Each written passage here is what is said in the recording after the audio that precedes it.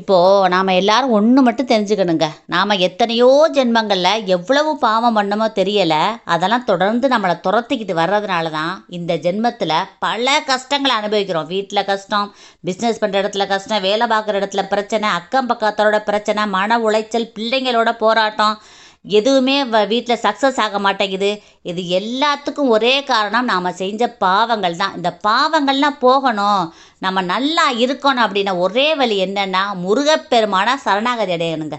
நீங்கள் என்ன தெரியுமா சொல்லணும் முருகன்கிட்ட? நான் தெரிஞ்சோ தெரியாமலோ எத்தனையோ ஜென்மங்களில் என்ன பாவம் செஞ்சனோ தெரியலப்பா, என்னைய மன்னிச்சு இந்த ஜென்மத்தில் என்னை காப்பாற்று முருகான்னு சொல்லி 2 சொட்டு கண்ணீர் அவனுக்கு முன்னாடி நீங்கள் விட்டீங்கன்னா உங்களுடைய வாழ்க்கையை அனைத்தையுமே நல்ல விதமாக மாற்றி கொடுக்கக்கூடிய தெய்வம் முருகப்பெருமான் தான். உங்களுடைய ஜென்ம பாவங்கள் அனைத்தையும் வேரோடு அறுத்து விடுவான் முருகப்பெருமான். உங்களுடைய தலைவிதியவே மங்களகரமாக மாற்றக்கூடிய ஒரே தெய்வம் முருகன் தான்.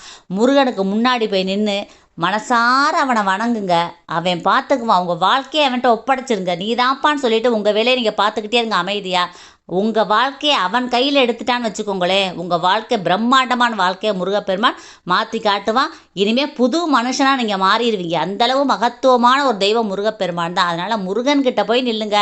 அக்கம் பக்கம் சொந்த பந்தம் அவன் இவன் எவங்கிட்டே உங்கள் கவலையை சொல்லாதீங்க.